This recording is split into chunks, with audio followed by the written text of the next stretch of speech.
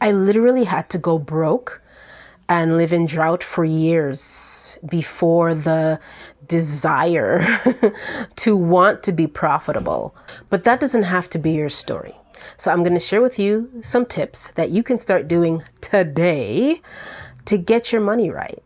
Hi, and welcome to my channel, a place where we talk about life and style for Black womenpreneurs. Today's video is all about how to get your money right. And I can't talk about how to get your money right until I tell my own get your money right story. Basically, like a lot of us go through, especially as entrepreneurs, we have our low times. We have our high times and we have our low times.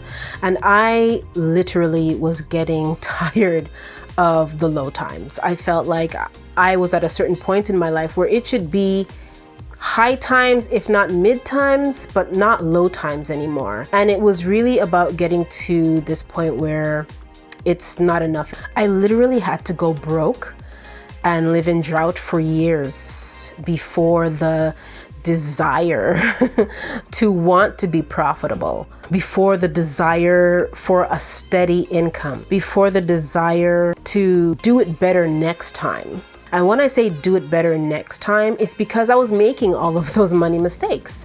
I was overspending where I shouldn't be overspending. I was investing where I shouldn't be investing, just making all these money decisions without carefully thinking through what I was doing.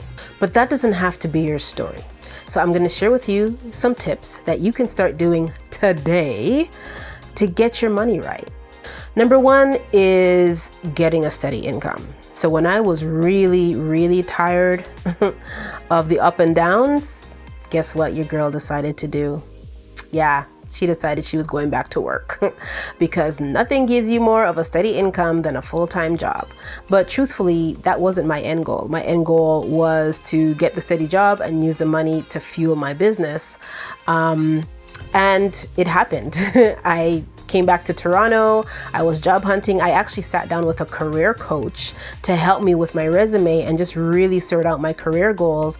And as I was just pouring energy into that path, what came to me was the greatest job opportunity of a lifetime. Mind you, it lasted a year, but I got everything that I needed from it, and it set me on the path to level up once and for all. You're gonna want a budget. There's no getting around it.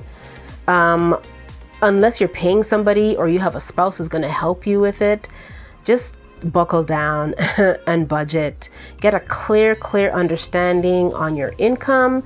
Get a clear understanding on your expenses. Have a look at what you have going on and let that be the blueprint of what you're going to be doing for the next month. One of the things that I really loved about budgeting is that it showed me what do I have going on? What was my final income or my final revenues? And then looking at what I have going on for next month, I was able to say, oh, I have enough to cover what I have going on next month. Or, oh, you know what? I need to make another $100 for next month if I'm going to pull through with my income and my expenses. So budgeting, let that be your best friend. Set aside one day a week, one day a month, whatever it is, whatever works for you, to make sure that you are just keeping track of all of your income and all of your expenses. One thing to note about budgeting is that it is a living and breathing document.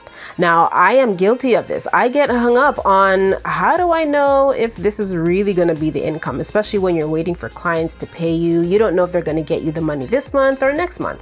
So I tend to get hung up on, is this realistic? Is this going to be the final budget? But you have to remember that your budget is going to change. You know, whatever numbers you put in for this month and you're estimating this is going to be my income and expenses, that may change. You may get more income, you may get less income. You may spend more, you may spend less. Just be open and flexible to the fact that you're going to budget, but that may change.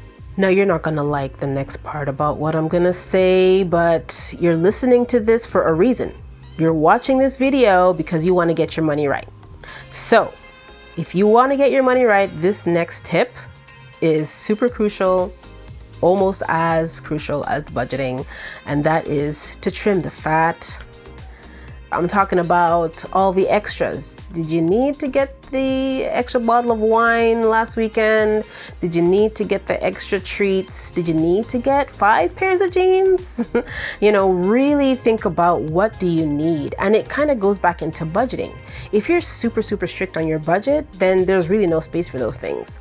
But if you find yourself being flexible, then guess what? You're going to say, it's okay for me to buy this and it's okay for me to buy that, when really it's not. You're trying to be on a budget. You're trying to get to another level. Keep that in mind. Keep the destination in mind. Don't think about the journey. Think about the destination. You're saying, at the end of this, I am going to be so meticulous with my dollars. I'm going to know where every cent is going, where every cent is coming from. I can predict what I'm going to be making at the end of this quarter, at the end of this year. Once you get to that point, it's just a beautiful place to be. And the last thing, now this is going to seem a little bit off track, but sometimes it's better to go for value as opposed to what's on sale. You might find yourself having to buy the cheap thing 10 times, whereas you could have just bought the more expensive thing once. So sometimes it's better to just pay more and have it last you forever, as opposed to having to keep paying for the same thing over and over again. Now, I do want to say a word on credit. Credit matters. And if you are the person who I used to be, I didn't care about credit, especially with my credit being so bad. I was like, oh, what's the big deal? Who cares? But where it really, really mattered, and where it was so, I guess, what's the word? Karmic or ironic, is when I was finally making money and I can do the things that I wanted to do, what held me back was my credit score. I was not able to get an apartment because my credit score was so bad. I had just left it flailing in the wind, not paying any attention to it, thinking that, oh, it's not important. And even though I was making the money that would be super impressive to any landlord, what they were really looking at was my credit score. So credit does matter. If you need to improve your credit, there are lenders out there who will give you a credit card in the name of rebuilding your credit, which is one of the things that I had to do, was to get a credit card that would allow me just a small amount that I can use and pay back in an effort to build my credit. So I have to give my little rant on collection agencies.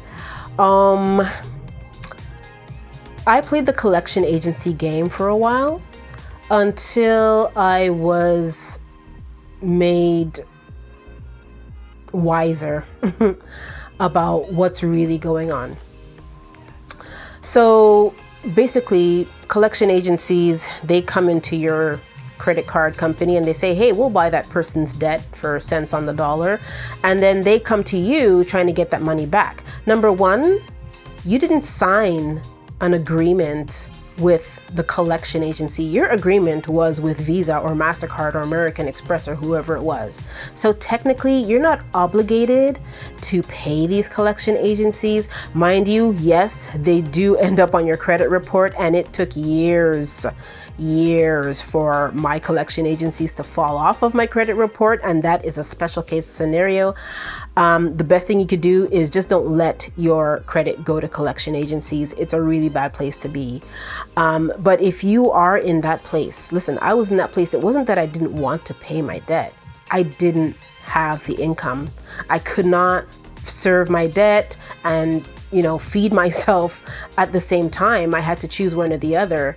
And so for me, it was that case where it had no choice but to fall off because I was in such a bad place financially for so long. But if you can pay a little something on your credit card, make whatever arrangement that you have to make sure that it stays with the credit card company, then do that as opposed to letting it go to the collection agency. But if it does go to the collection agency and you really, really, really don't got it, it's a long-term strategy. It'll take about 6 or 7 years for it to fall off. But truthfully, you have no obligation to them because they decided to take over your bill and pay it and try to get money off of you for it. Now, yes, this is unethical. You need to pay your debts. The Bible says that we need to pay our debts. And I'm not trying to steer you the wrong way. If you have the money to pay it, pay it. But if you were in a situation like I am, don't let yourself get fussy about it, because at the end of the day, things always work out.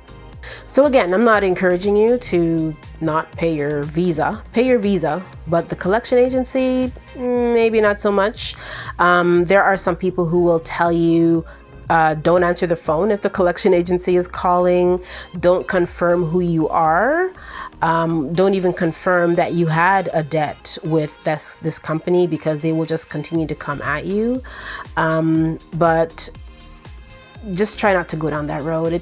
You don't want to be there. I was there for so long, and it's not a pretty place to be. But truthfully, if you have to, let those calls go to voicemail. They will send you letters. They will send you well-written letters on their legal letterhead, and the phone calls and the threats and all of that will come.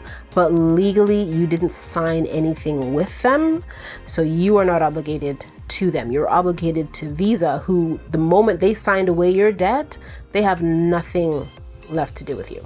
And I am not a financial expert at all by any means. Do not take this advice to the bank and say, Sandra said. This is just guidance. This is just based on my experience. It may be different for you. You might decide, okay, I'm not paying that collection agency based on what Sandra said, and then next thing you know, your house is being repossessed. I mean, I don't know what the case will be. I'm just saying this was the case for me, and my advice, first and foremost, is to pay your debts. Put it in the budget that you're now going to be making, and make sure that you pay your debts. Collection agencies, I mean, do your research. Type in collection agencies on YouTube and see what comes up. Don't take my word for it. Do not take my word for it. This is my experience, but do your research. So those are my tips, ladies. Hopefully that was helpful. And I know it's not anything that you don't already know, but if I could just reiterate the messages that you've been hearing, it's all the same. You know, it's about the steady income, it's about budgeting, and just being very meticulous about what you do with your dollars.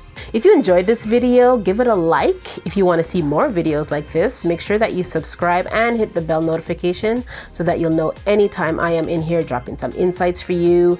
Don't forget to check me out on Instagram at I am Sandra Gabriel, and I will see you next time.